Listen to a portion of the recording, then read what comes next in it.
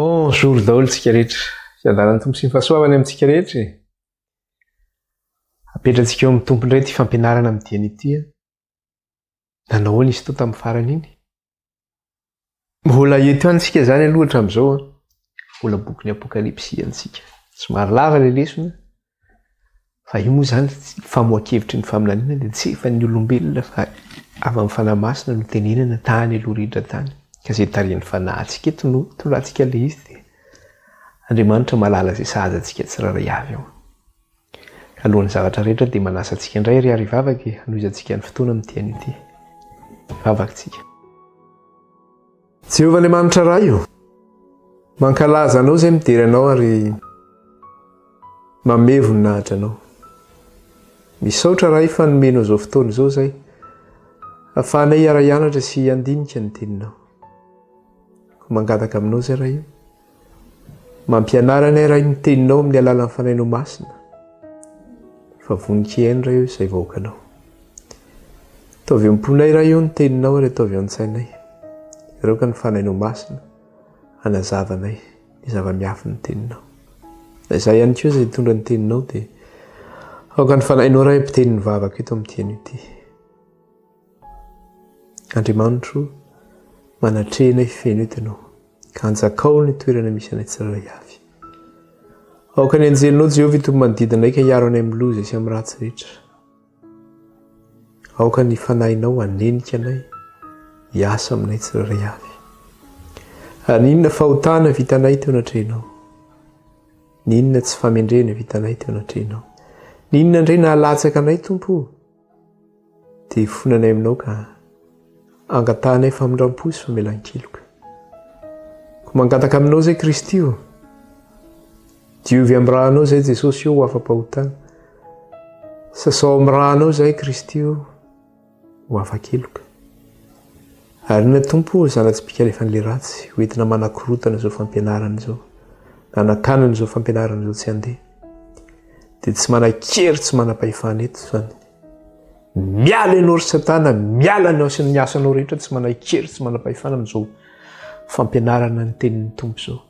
Ninona asanao hoentina mandrava ny fampianarana, na manakorotana ny tokantrano, na ny fampitana ny fampianarana dia tsy manan-kery zany.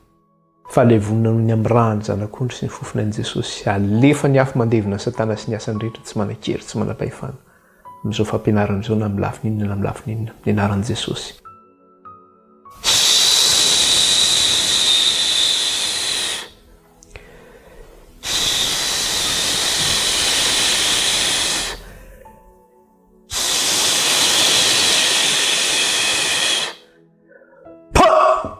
Ravy Satana ny amin'ny rahany zanak'ondry sy ny fofona an'i Kristy, tsy manan-kery, tsy manam-pahefana amin'ity fampianarana ity na dia kely aza.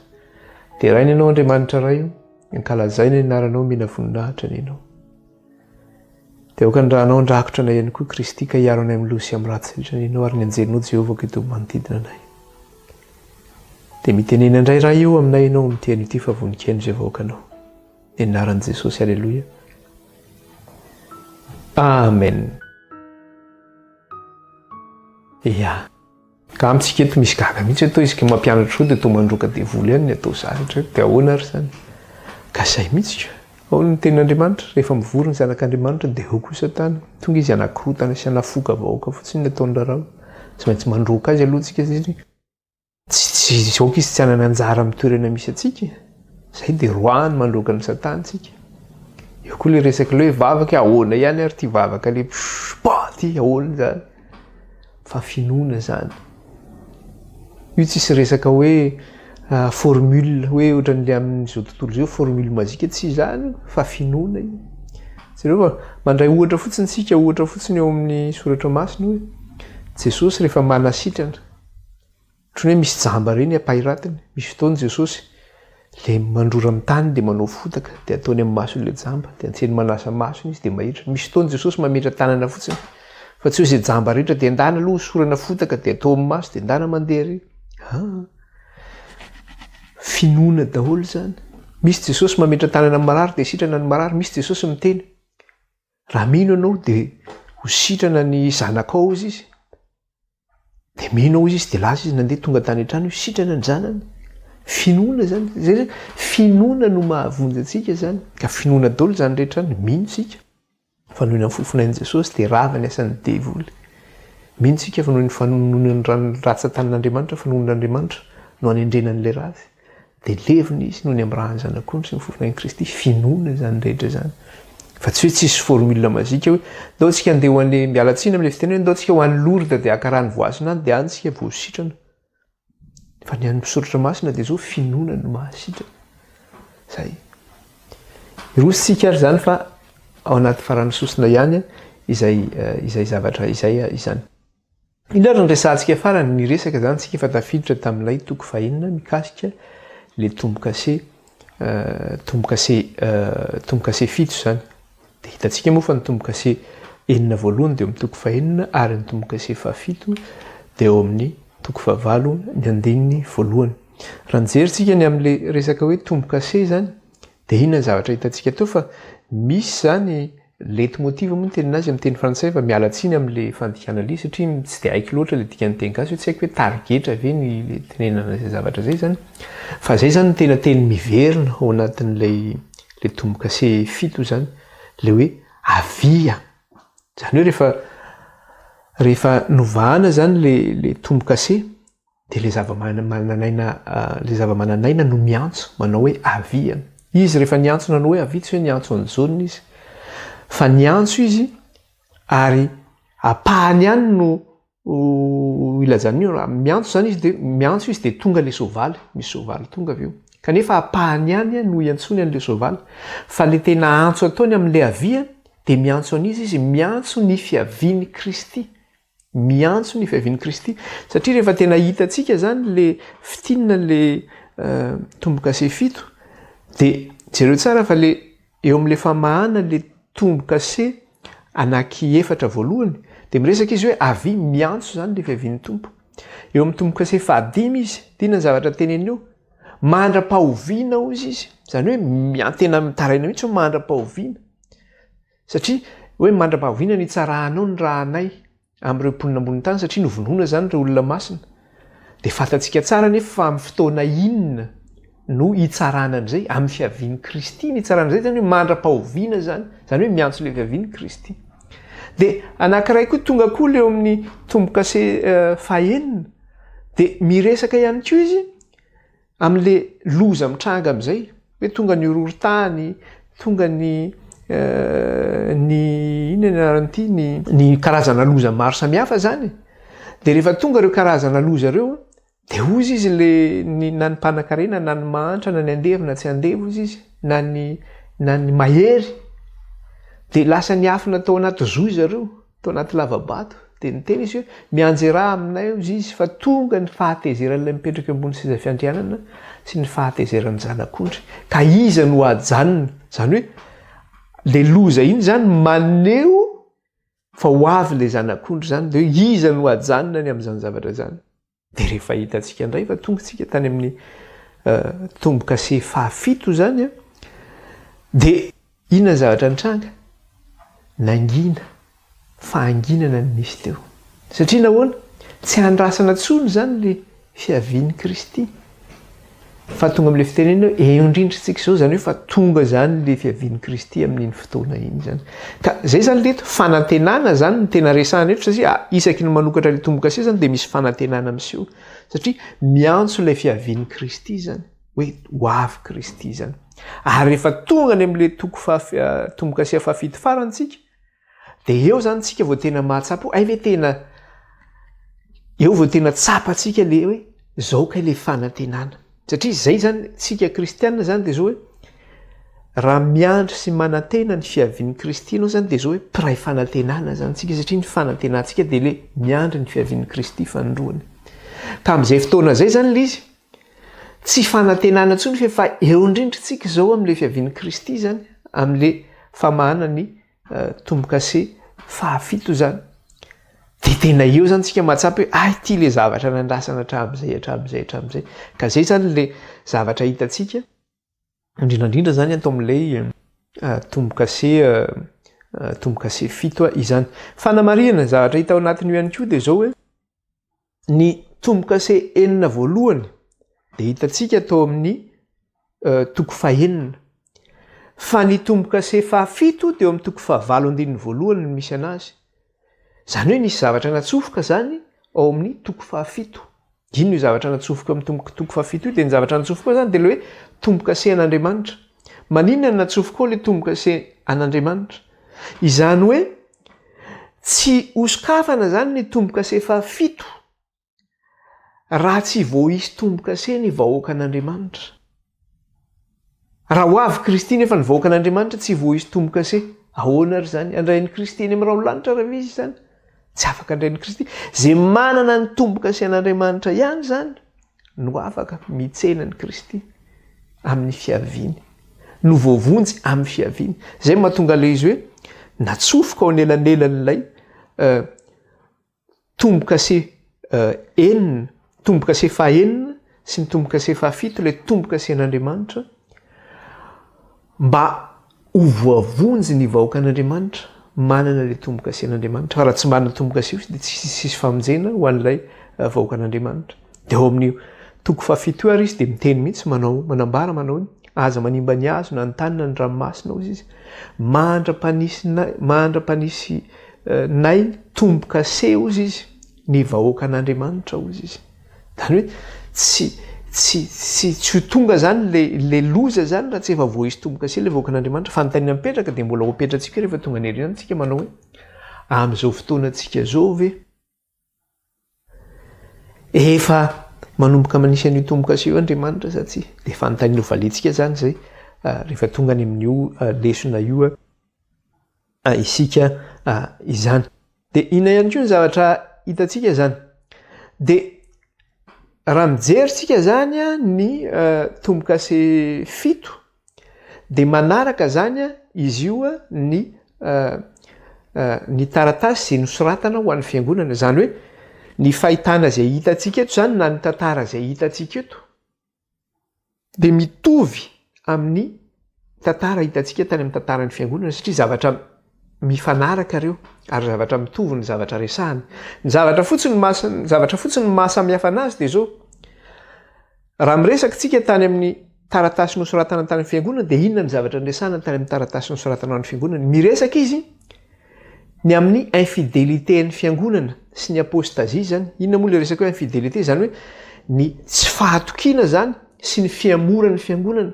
Zany hoe ny alana tamin'ilay fahamarinana fotra zay fantatsika tsara fa rehefa niresaka tsika tany amin'ny fiangonana voalohany dia niaina tao anatin'inona fiangonana? Niaina tao anatin'ilay fahamarinana fototra. Niaina tao amin'le tena hoe le hoe fahamarinana tsisy petipetina mihitsy zany ny fiangonana tamin'izany vanim-potoana zany. Kanefa rehefa rehefa nandra-pahatonga taty amin'ny fiangonana taratasy amin'ny fiangonana fahafito tsika dia hitantsika zany fa nisy fiamorana be tao anatin'io. Hitantsika fa nisy tsy fahatokiana tao. Hitantsika fa lasa nitsofoka tao amin'ny fiangonana ny resaka fomba tsampy sy ny fanaon'izao tontolo izao, ary hitantsika ihany koa fa very le fahamarinana zany, satria lasa ny nahantra araka ny fahamarinana ny vahoaka an'Andriamanitra. Tonga amin'ilay fitenenana hoe ho avy ny andro hoe tsy angetangeta rano izy ny olona zany, na ohatrany hoe aniry sakafo, fa angetaeta sy aniry ny tenin'Andriamanitra. Dia zany mihitsy nefa ny zavatra nisy mosary araka ny tenin'Andriamanitra sy amin'ny fahamarinana zany ny zavatra nisy tamin'ny fiangonana zany, vokatra n'ilay fiamorana zany nisy teo amin'ny fiangonana, vokatra ny tsy fahatokiana izay nisy teo intsony, ary vokatra ilay tsy fahamarinana niditra tao anatin'ilay fiangonana. Ny zavatra hitantsika indray ao amin'ny tombo-kase fito, inona ny zavatra niresahanao amin'ny tombo-kase fito raha hoe ampitahintsika amin'ilay fiangonana fito zany? Dia ny zavatra hitantsika eo dia zao hoe resaka fanenjehana indray ny hitao sy ny fampijaliana niatra ny fiangonana. Zay zany ny tena resahana amin'ilay tombo-kase fito. Tao ny famonoana, tao ny fanenjehana, tao ny fanagadrana, tao ny menasy, zavatra maro samihafa. Zany hoe tena fanenjehana zany ny tena hita tao anatin'ity tombo-kase fito ity, sy famonoana ireo izay manaiky an'i Jesosy Kristy ho tompo sy mpamonjy ny fiainany. Tahaka ny fiangonana fito, zany hoe tahaka ny taratasy nosoratana amin'ny fiangonana fito, dia ity tombo-kase fito ity ihany koa zany dia zao hoe ny fanazavana azy zany dia zao hoe tsy maintsy amin'ny lafiny ara-paminaniana no hazavana anazy ohatra ny tamin'ny tantaran'ny fiangonana ihany fa tsy hoe arabaky teny satria raha voaraisika ilay izy arabaky teny ohatra ny tamin'ny andron'ny fiangonana dia fiangonana nisy nge reo tamin'ny andron'ny jaoniny fa ny zavatra tenena dia zao faminaniana no nyresahana teo mikasika ilay fiangonana ho avy zany satria hoe tenendry zavatra hitanao izy ny lasa ankehitriny ary ny ho avy dia miresaka ny zavatra ao zay loha izy ara-paminaniana zany no anazavana ihany koa an'ilay fiangonana fito zany dia eo moa ny zavatra hitantsika hoe manomboka zany ilay izy tamin'ny fiangonana voalohany iny mandra-patonga amin'ny fiangonana amin'izao vaninandro ianantsika zao dia ny fanenjena nisy tamin'izany mandra-patonga amintsika amin'izao vaninandro zao zany dia zay ny zavatra ho hitantsika ao anatin'io lesona io zany hoe mifanaraka tsara zany lay izy zany hoe paralelina tsara amin'ilay fiangonana fito ilay tombokase fito itsofoka arysika zany amin'ny resaka le fanokafana le tombokase voalohany inona ary ny zavatra resahany ato apokalipsy toko 9 dia ny andinin'ny voalohany sy ny faharoa raisitsika kely ary izay apokalipsy toko 9 dia vakitsika ny andinin'ny voalohany sy ny faharoa eo zany le famahana lay tombokase voalohany inona ny zavatra resahany ato zany hoe fahitantsika ihany io satria fa nanao paralelisme tsika zany nanao fampitahantsika tamin'ny fiangonana fito fa mamitana ny zavatra zay fahitantsika tamin'iny tantaran'ny fiangonana iny sika izany ary nahita ao rehefa novahany zanak'ondry ny anankiray tamin'ny tombokase fito areko ny anankiray tamin'ny zava-mananana efatra tahaka ny fikotrokotroky ny kotrokorana nanao hoe avia ary hitako fa endry nisy soavaly fotsy ary ilay nitaingina azy dia nanana tsipika ary nomena satry-boninahitra izy dia nivoaka izy ka naharesy sady mbola aharesy inona ny zavatra hitantsika eto fantatsika tsara fa tsy misy afaka manokatra an'io boky io tsy afaka manokatra an'io boky io sy mamano tombokaseny afa tsy ilay zanak'ondry any dia eto zany ilay zanak'ondry no mamaly le tombokase izy ny namaly le tombokase voalohany ary nahita ao izy rehefa novahany zanak'ondry ny anankiray tamin'ny tombokase fito zany hoe tombokase voalohany zany io dia reko izy ny anankiray tamin'ny zava-mananana efatra tahaka ny fikotrokotroky ny kotrokorana nanao hoe avia ny anankiray tamin'ilay zava-mananana efatra dia ilay zava-mananana voalohany io resahany io zany ino io zava-mananana voalohany io le manana ny endrika tahaka ny liona zany io zava-mananana voalohany io ary hitako izy indry ny soavaly fotsy ary izay nitaingina azy dia nanana tsipika soavaly fotsy zany dia nitaingina anazy io nanana tsipika zany le fitifirana flesy reny zany nanana tsipika zany izy fa le tsipika iny le fitifirana flesy zany fa le flesy ny flesy indray zany niantsona ny flesy dia iny zana tsipika indray niantsona n'le hoe flesy zany ary izay nitaingina azy izy dia nanana tsipika ary nomena satry-boninahitra izy dia nivoaka izy ka naharesy sady mbola aharesy dia raha mijery zany sika le loko fotsy eto ohatra ny soavaly fotsy izy ny antso zany le zava-mananana voalohany le manana ny endriky ny liona zany io dia nanao hoe avia dia rehefa nanao hoe avia izy dia indro nisy soavaly fotsy izy soavaly fotsy inona moa dikan'le hoe loko fotsy efa nianarantsika teto zany tamin'ny anatra koditsika efa niresahantsika teto zany tamin'ny resaka ny tantaran'ny fiangonana sika dia raha miresaka hoe loko fotsy zany tsika dia miresaka inona zay miresaka fahamarinana zay miresaka fahadiovana izay miresaka fandresena zany zay raha vao miresaka loko fotsy zany ianao dia hoe fahamarinana fahadiovana fandresena inona indray mihevitra ilay soavaly efa nianarantsika teto ihany koa raha vao miresaka le soavaly zany dia miresaka le hoe assemblée des saints zany io na hoe fiangonan'ny olona masina zany tany amin'ny testamenta taloha izy miresaka ny fiangonan'ny zanak'Israely tamin'ny hoe vahoaka an'Andriamanitra teo amin'ny camp tamin'ny zareo tany anefitra zany dia raha miteny indray zany ianao amin'izao hoe fiangonan'ny olona masina amin'izao fotoana izao dia izy resahany io l'église zany io le fiangonan'Andriamanitra zany no resahana indray amin'izay fotoana zay efa niresahantsika lava io fa tsy dia miditra loatra amin'izay tsontsika zany dia ny loko zany zay aseho an'le soavaly eto dia maneho zany ny toetra ny toetran'ilay fiangonana zany zay zany le loko eto zany satria nyresaka tsika teo hoe ilay soavaly maneho inona maneho le fiangonana le fiangonan'andriamanitra zany de le lokony zany maneho niny maneho ny toetra n'lay fiangonana zany ka raha miteny zany tsika hoe zany hoe code zany le izy raha miteny zany tsika zany hoe ity soavaly ity zany fiangonana ity le fiangonan'andriamanitra manana toetra inona zany izy ity manana toetra marina manana toetra madio ary fiangonana maninona mpandresy zany ity fiangonana ity zany ka izy ary no resahana eto satria miresaka tsika le tombo-kandrise voalohany ka le tombo-kandrise voalohany nefany mifanandrify amin'ny fiangonana voalohany izy le fiangonana voalohany de ny fiangonana Efesosy le fiangonana Efesosy zany no resahana amin'ity soavaly fotsy ity zany le fiangonana Efesosy zay fa hitantsika zany ka raha miresaka tsika le fiangonana Efesosy de fiangonana voalohany de fiangonana tamin'inona zany zay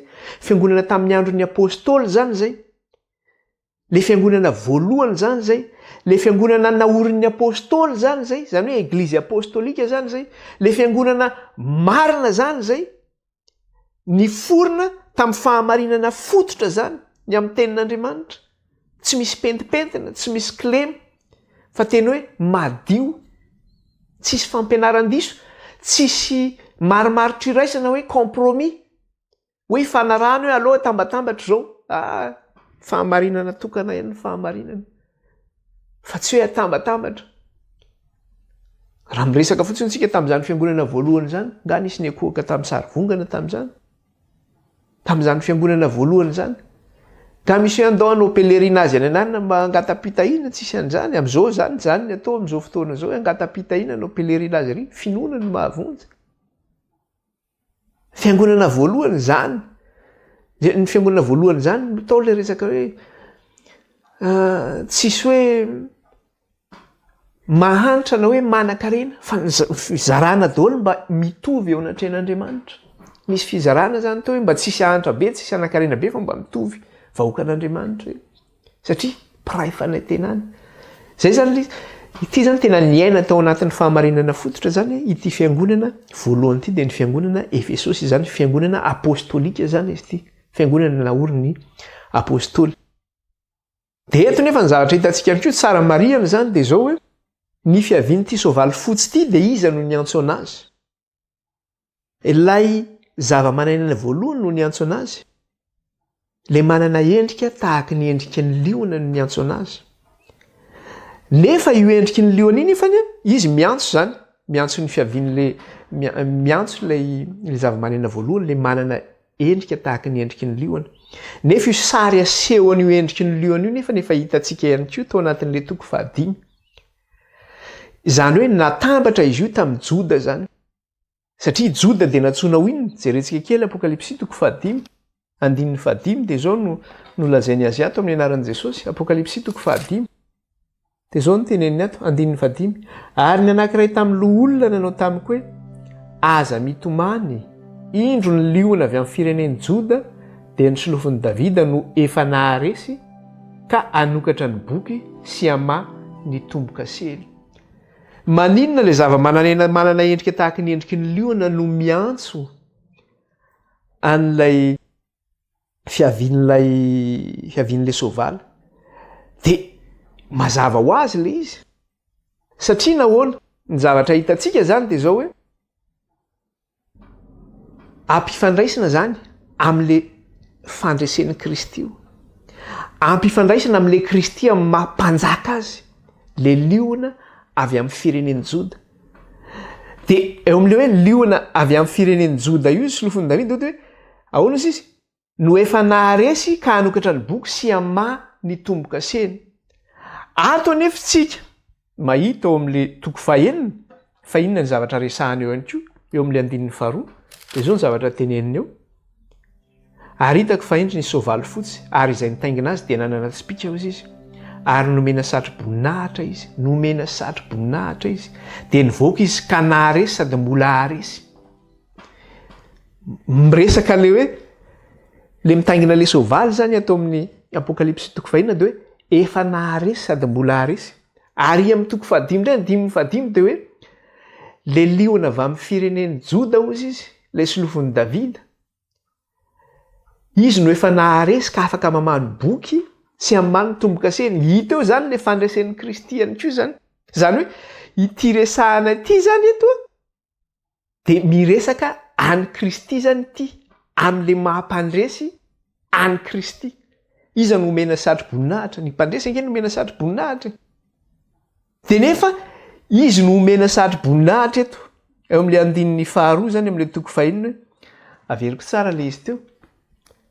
Ary hitako fa indry ny soavaly fotsy ary izay mitaingina azy dia manana tsipika. Ary nomena satro-boninahitra izy. Raha vao miteny hoe nomena satro-boninahitra, Jesosy Kristy eo amin'ny voninahiny ange zany io. Le hitantsika teo amin'ny toko 5.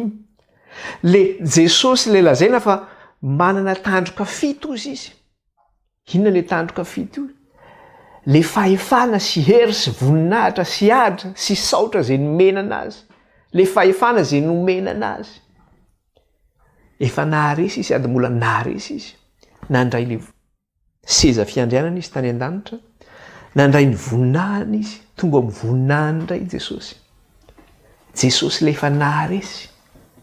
Ary mbola haresy izy nomena satro-boninahitra zany Kristy.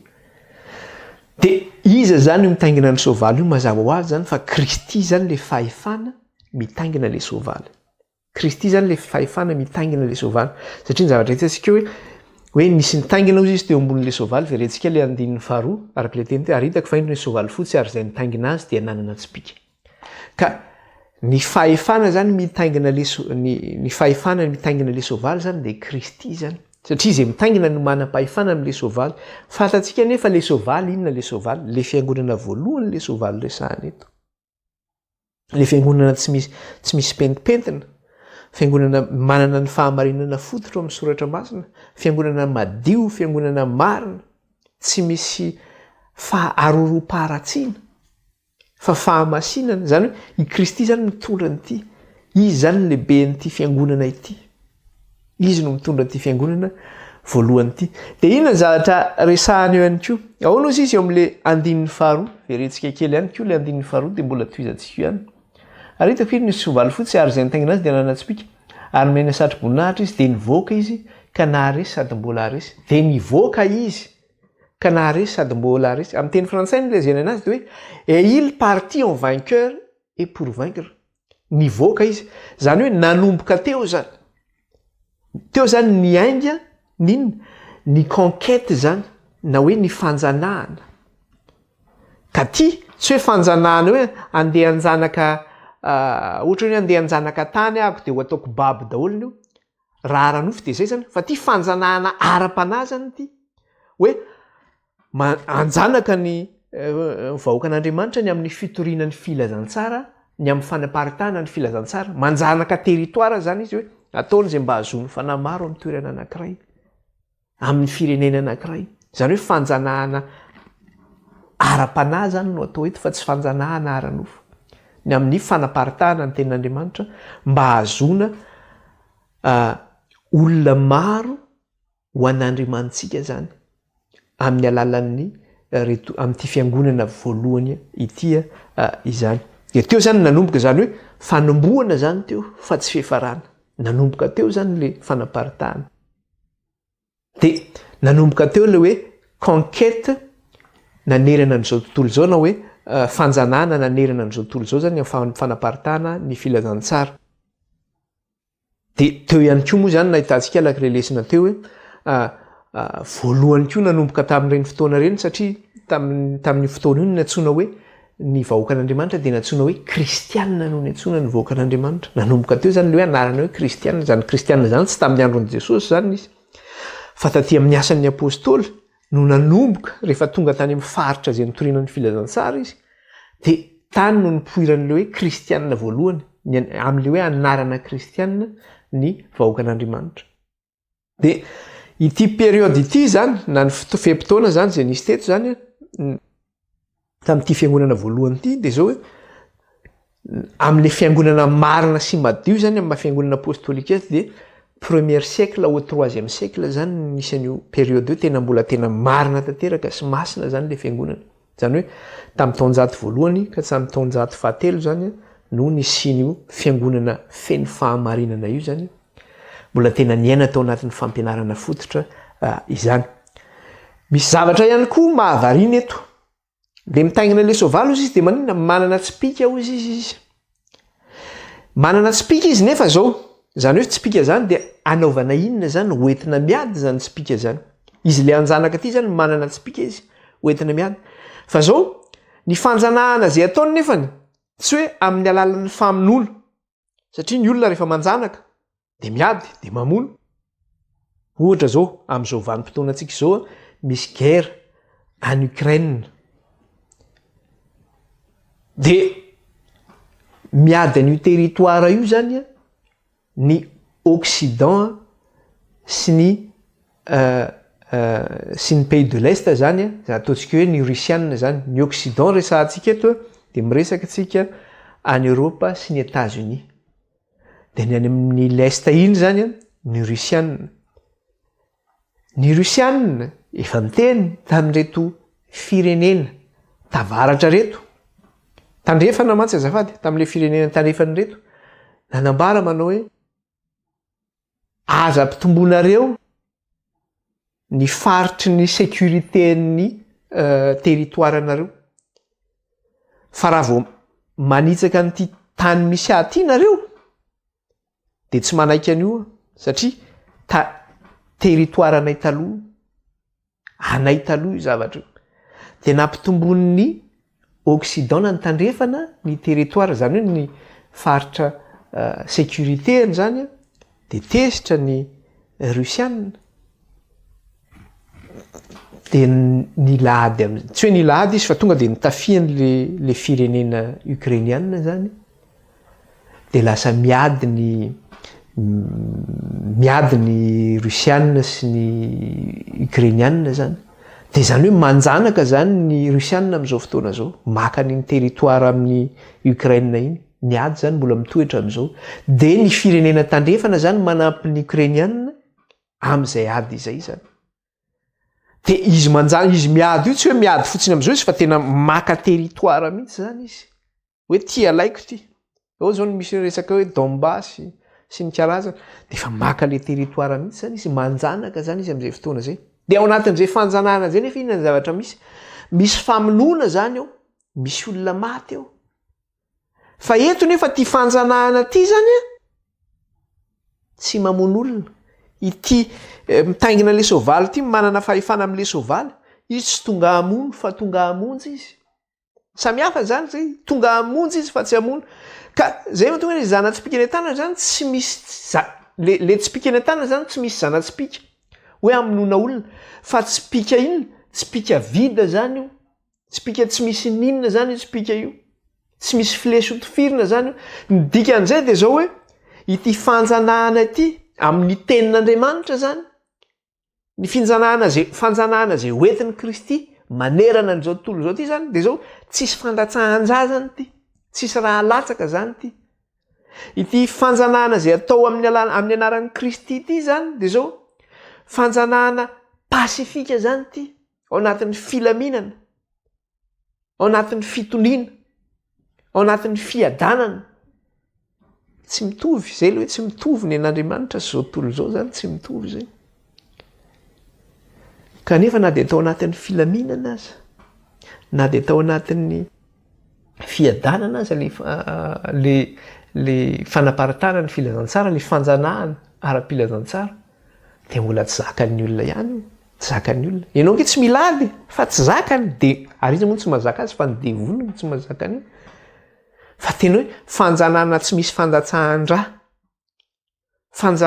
fanjanahana ao anatin'ny filaminana ao anatin'ny fitoniana ao anatin'ny fitsaharana ao anatin'ny fiadanana fa tsy ohatran'le natao tamin'ny andron'ny croisade tamin'ny église nandeha tonga tany Jerosalema nanao croisade de niady tamin'ny Sarazin niady tamin'ny musulman de manao guerre sainte de tonga ny templier tonga tany Jérusalem miaraka amin'ny épée de tena miady mihitsy mifamono ny fandatra-drà nandritra ny firitoana zany de hoe guerre sainte de au nom de Jésus di ahoana ny nom de Jésus an'izany Jesosy rehefa manao pasifika tsy misy zana-tsipikany azy zany hoe tsika zany raha kristianina manjanaka zany tsika amin'ny fitorianany filazantsara tsy mitondra sabatra aminona olona fa ny sabatra hoentsika dia tia sabatra ty tenin'andriamanitra ty ny tsipikatsika ty ny tsipikatsika ty hoentina manjanaka zany ny tenin'andriamanitra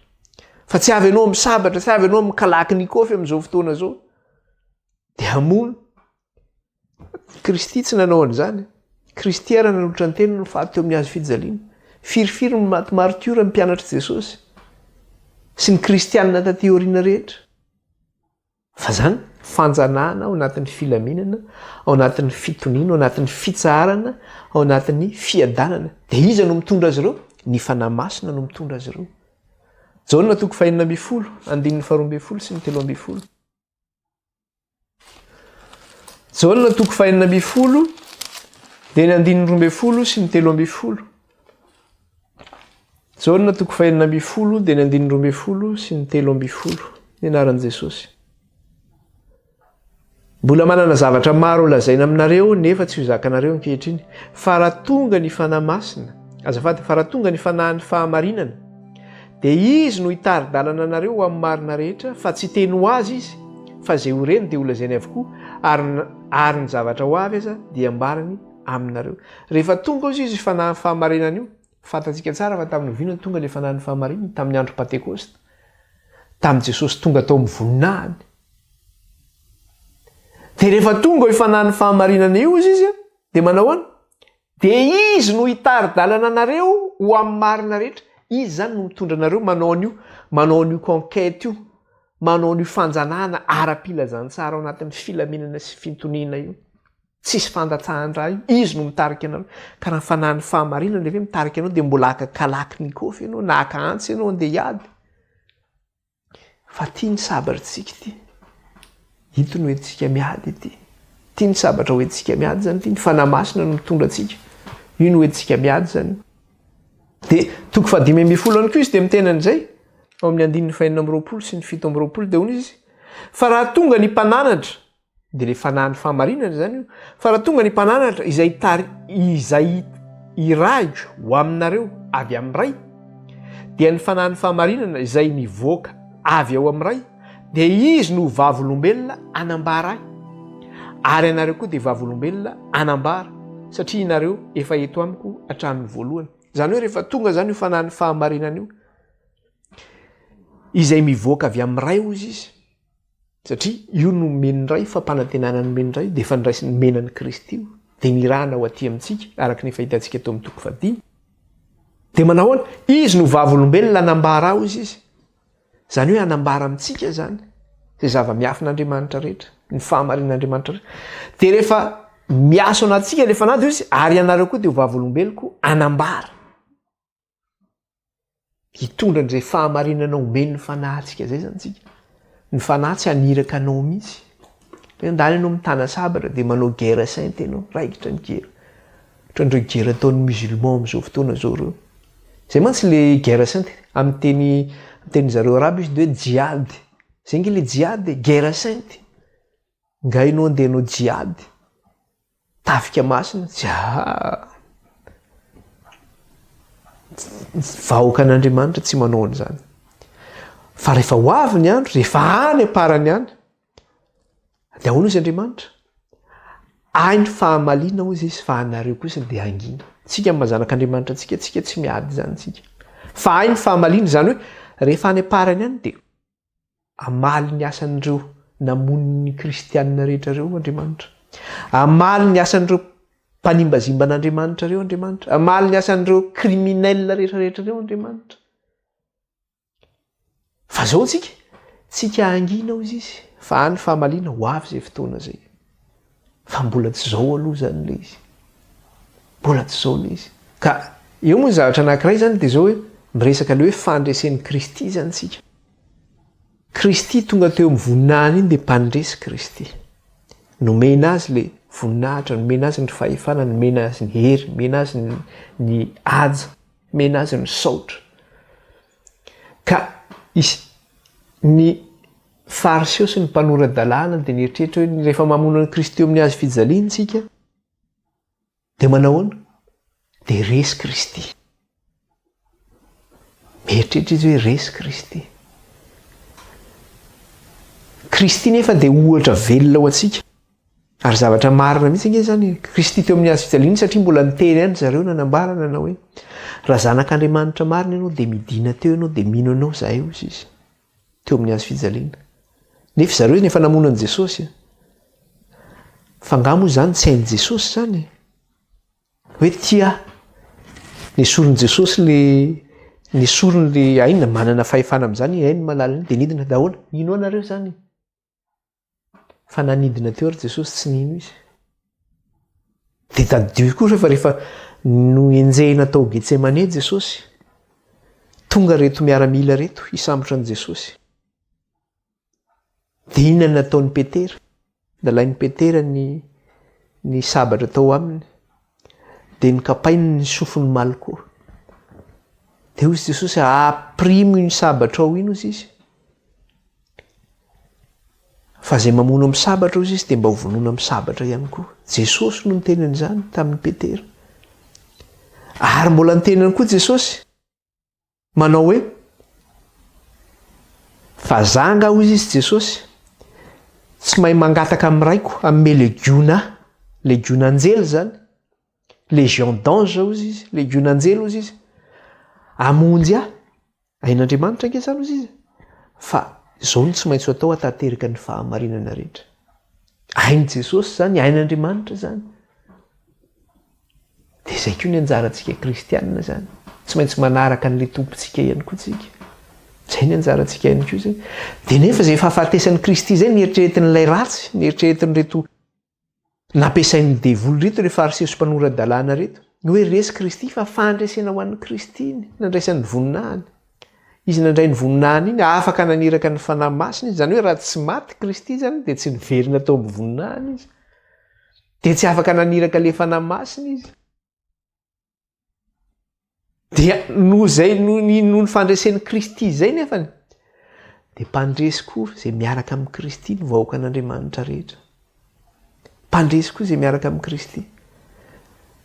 Arak'ilay teny hoe maty ao izy Kristy. Nefa ankehitriny dia velona mandrakizay. Ka le ady zany ny ady izay misy dia izao. Tsika anao tafika masina. Arak'ilay tenenina io, arak'ilay fiangonana voalohany zany. Hoe anao fanjanahana. Mba ahazo territoire ny amin'ny fitorianan'ny filazantsara. Ahazo faritra zany ny amin'ny fitorianan'ny filazantsara. Amin'ny famparitana ny filazantsara.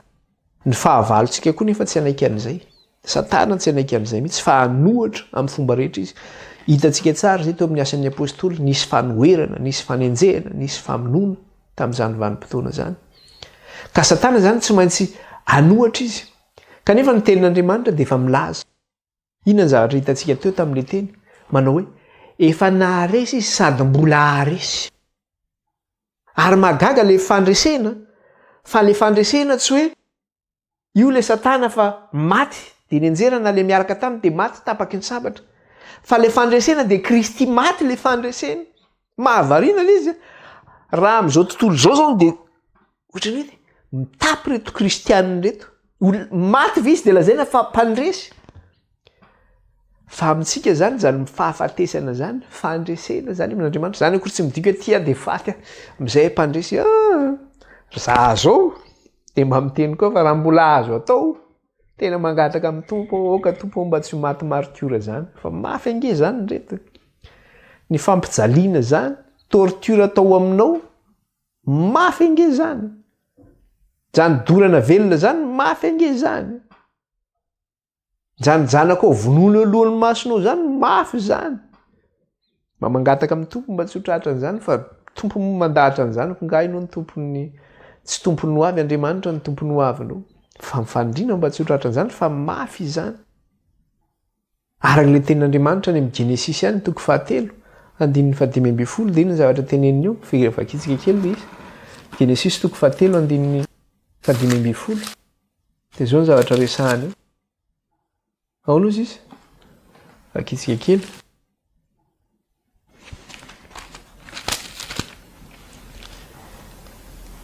Dia ampifandrefesika ianao sy ny vehivavy ary ny taranaka ao sy ny taranany. Izy hanoritory ny lohanao ary ianao kosa hanoritory ny ombelahitongany. Resahany eto dia izao hoe Satana faminaniana zany ty ny amin'ny satana sy ny fiangonan'Andriamanitra. Ampifandrefesika anao sy ny vehivavy izy ny taranako sy ny taranany. Izy anorotorony lohanao, zany hoe le vehivavy zany io, le fiangonana zany io anorotorony lohan'ny satana nitsaka azy ny etapindoha teny itsahany. Fa zao kosa ianao kosa anorotorony ombelahy tongony. Io fanorotoron'ny satana io marary io. Tena mahavondro sakotom-panina io. Ianao tena manitsaka azy satria ny asa ataonao amin'ny fitorinan'ny vilanan-tsara tena manitsaka azy miekrazeany amin'ny lohany mihitsy. Potika izy, rava izy. Fa nefa izy tena eo foana izy. Izy kosa hozy izy manino? Anorotorony ombelahy tongotra ao izy. Manaikitra izy. Manisy esardy izy. Ina moa le esardy fanondronana any amin'ny nofonao any, marary. Marary mihitsy zany hoe tsy maintsy miatra le fanaparitahany le filazantsara ty zany dia tsy maintsy miatra iny fanoherana zany ty. Ka io le antsoina hoe grand conflit cosmique ao izy le fitenenana zany. Zany hoe hery mifanandrina izany. Zany hoe misy fifanandrinana zany eo. Zany hoe mifanandrina zany, misy hery mifanandrina zany eo Andriamanitra Jesosy Kristy sy Satana zany mifanandrina ao zany. Ka zay pomban'ny Satana zany dia zao miady amin'izay pomban'ny Kristy. Dia eto zany zavatra tenenina hoe misy camp anankiroa zany mifanandrina eto. Misy antoko anankiroa zany mifanandrina eto. Zay pomban'Andriamanitra, camp anankiray, pomban'ny Satana, camp anankiray dia mifanandrina zany ireo. Ianao miady amin'ireo, tsy hoe mitana epée ianao na mitana antsy, fa miady amin'ireo ianao amin'ny alalan'ny tenin'Andriamanitra ianao miady aminy. Io le tsy pika io. Ny alalan'ny tenin'Andriamanitra ianao miady aminy. Pacifiquement. Ao anatin'ny fiadanana, filaminana, ao anatin'ny fitoniana. Zany hoe tenin'Andriamanitra, io le tsy pika io. Fahavalonao kosa miady aminao, tena miaraka amin'ny sabatra izy, basy izy, famonoana izy. Tonga izy, midaroka izy, tonga izy. Zany ny fitaovana ampiasain'ny fahavalo zany. Ka miatrika an'io zavatra io zany tsika tsy moramora io. Dia inona ny fitaovana ho ampiasaintsika zany raha hiatrika an'io ady io tsika. Dia zao ny tenin'Andriamanitra Efesianina 4:9. Fa zao zany ny fitaovana hoentintsika raha miady tsika, tsy miaraka amin'ny sabatra tsika hoe ity ny epée hoentiko ity, na ity ny basy hoentiko ity. Fa zao ny fitaovana hoentintsika, 10:10. 4:9. Farany mahereza ao amin'ny tompo sy amin'ny herin'ny faherezany. Tafio avokoa ny fiadian'Andriamanitra. Zany hoe manana fitaovana zany tsika. Tafio avokoa ny fiadian'Andriamanitra mba ahazonareo hifahatra amin'ny fanangolen'ny devoly. Fa isika tsy mitolona amin'ny nofo aman-drà, fa amin'ny fanapahana sy amin'ny fanjakana sy amin'ny fanjakana izao fahamaizina izao dia amin'ny fanaratsy eny amin'ny rivotra. Zay mahatonga izy hoe ny fanan'Andriamanitra zany miasa amintsika. Fa ny fanahan'ny devoly koa dia miasa amin'ireo zay miady amintsika sy manohitra le fahamarinan'Andriamanitra io. Satria izay mihitsy hoe tsika tsy mitolona, tsy hoe iny olona eo alohanao iny ny divanao, fa le devoly mampiasa n'iny olona iny ny divanao. Le devoly mampiasa n'io fahefana misy io ny divanao. Iny zany no edivanao. Dia hoy izy 10:10. Ary noho izany dia raiso avokoa ny fiadian'Andriamanitra mba ahazonareo hanohitra amin'ny andro mahory, amin'ny fanenjehana zany, amin'ny fanagadrana, amin'ny fikapohana, amin'ny famonoana. Raiso avokoa ny fiadian'Andriamanitra mba ahazonareo hanohitra amin'ny andro mahory. Ary rehefa vitanareo avokoa dia hifahatra ianareo. Mifahara ary kasikino fahamarinana ny valahanareo. Inona ny anikinantsika ny valahantsika zany? Sikino fahamarinana ny valahanareo zany hoe zay ny ataovy ceinture zany zay. Sikino fahamarinana ny valahanareo. Ary mitafy ny rariny ho fiarovan-tratra. Zany hoe inona zany fiarovan-tratra ataonao? Ny rariny ataonao fiarovan-tratra. Ary kiraroy ny fahavononam-panahy amin'ny filazantsara ny fihavanana ny tongotrareo. Inona ny kiraro anaovanao? Le gel de l'évangile hozy izy. Amin'ny teny gasy izy dia hoe ny fahavononam-panahy amin'ny filazantsara ny fihavanana. Io zany ny kiraro anaovanao, ny fahavononam-panahy amin'ny filazantsara ny fihavanana. Ary fanampon'izany rehetra zany dia tany ny finoana ho apinga. Tany ny finoana ho apinga. Izay azonareo hamono ny tsipika rehetra, mirehitra rehetra izay alefan'ilay ratsy. Raha tsy manana finoana zany ianao dia tsy manana apinga ianao. Iny zany no fitaovana ampiasainao iny. Inona ny apinga? Iny zany ny epenao iny. Inona ny epe hoentinao zany? Tsy manana basy ianao, na manana langilangy ianao, na manana kobay ianao. Fa tany ny finoana ho apinga ho izy. Tena finoanao any Kristy ny finoanao ny fahamarinan'ny soratra masina. Zany no entinao miady. Ary fanampin'izany rehetra zany dia tany ny finoana ho apinga ho izy izay azahoanareo hamono ny zanatsipika mirehetra rehetra izay alefan'ilay ratsy. Io zany no tena zava-dehibe indrindra mihitsy io. Satria le ratsy tena miasa amin'ny fomba rehetra zany, manao intimidation zany izy. Ataony zay hampiovany sainao, ataony zay akivy anao, ataony zay hatonga anao démoraliser zany, tena tsy mety handany fahamarinana mihitsy ianao ny farany satria mafy loatra angila izy. Ka raha ohatra ka tsy manana finoana zany ianao, ho zakanao ve zany andro mahory zany? Tsy ho zakanao zany. Ny olona manana finoana ihany no afaka mizaka an'izany. Ary ahoana moa ny azonao ny finoana io? Finoana io nge tsy hoe tonga ny andro mahory dia eo anao vao hoe aiza le finoana Andriamanitra. Io finoana io dia zao hoe fanoloran-tena isan'andro no ahafahanao zany manana ny finoana io. Zany hoe mila entreteniavana isan'andro zany io. Ataonao zany zay ampitsimoka an'io isan'andro aminao, io finoana ny afo ny finoana io zany. Dia amin'ny alalan'inona nefa no ampirehetanao zay afo ny finoana zay? Amin'ny fiambenanao am-bavaka, amin'ny fianaranao ny tenin'Andriamanitra isan'andro sy ny fampiaranao zay voalazan'ny soratra masina. Fa tsy hoe rehefa tonga fanenjena andro mahory dia eo anao hoe ahoana moa zany zao? Tonga io andro mahory tsy zakan'izany, rehefa tsy manana ny finoana io tonga dia voatsipy mihitsy ianao, manidina mihitsy ianao anaovan'ny Satana azy. Fa io no ahafahanao manohitra an'izay. Ninona zany ataon'ny Satana io? Dia ozy Jesosy miteny, aza matahotra zay mamono ny tena ozy izy, fa matahora kosa zay mamono ny fanahy. Rehefa tonga zay andro mahory zay ny ahafahanao manohitra ny hoe ny mamono ny tena zany, dia le finoana io ny ahafahanao manohitra an'izay. Fa rehefa tsy manana an'izay ianao dia matahotra zay mamono ny tena ianao, iza ny tsy atahotra an'izany? Mafy inge zany. Fa ny tenin'Andriamanitra amintsika dia zao matahora zay mamono ny fanahy izy. Iza ny mamono ny fanahy? Andriamanitra no mamono ny fanahy. Iza ny mamono ny nofo? Satana ny mamono ny nofo. Zay no atahorana zany. Dia toy izany ihany izy, 7:17. Ary raiso ny famonjena ho fiarovan-doza izy sy ny tenin'Andriamanitra ho sabatry ny fanahy. Raiso ny famonjena ho fiarovan-doha sy ny tenin'Andriamanitra ho sabatry ny fanahy. Tenin'Andriamanitra io sabatry ny fanahinao. Le famonjena zany, io ny fiarovan-doha, le kasika anaovanao iny zany, satroka anaovanao iny. Zay no atao famonjena izy, zay no ataonao satroka izy. Ary ny sabatry ny fanahinao izy dia iny ny tenin'Andriamanitra izy. Satria iny no mamelona antsika iny. Iny no velomantsika ny tenin'Andriamanitra iny izany. Dia 9:20. Ary mivavaha mandrakariva ao amin'ny fanahy, amin'ny fivavahana rehetra sy ny fangatahana, ka miambena amin'izany. Zay le zavatra niresahantsika teo, ahoana moa ny azontsika amin'izany? Raha tsy mivavaka isika, raha tsy miambina isika.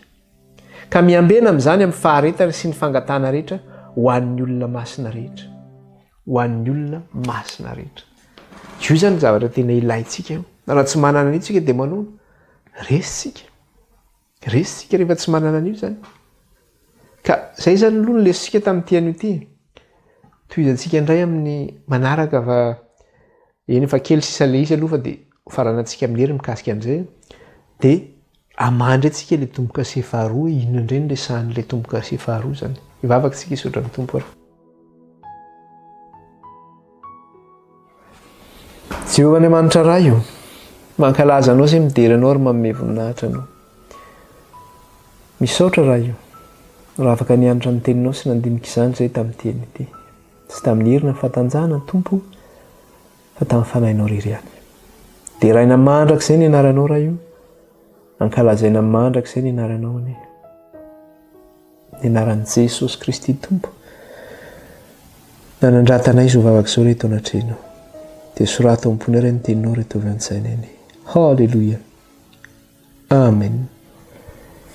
Mandra-piona indray ary. Sorantsika naritra fampianaran iray tamin'ny teny ity. Baibai daholo.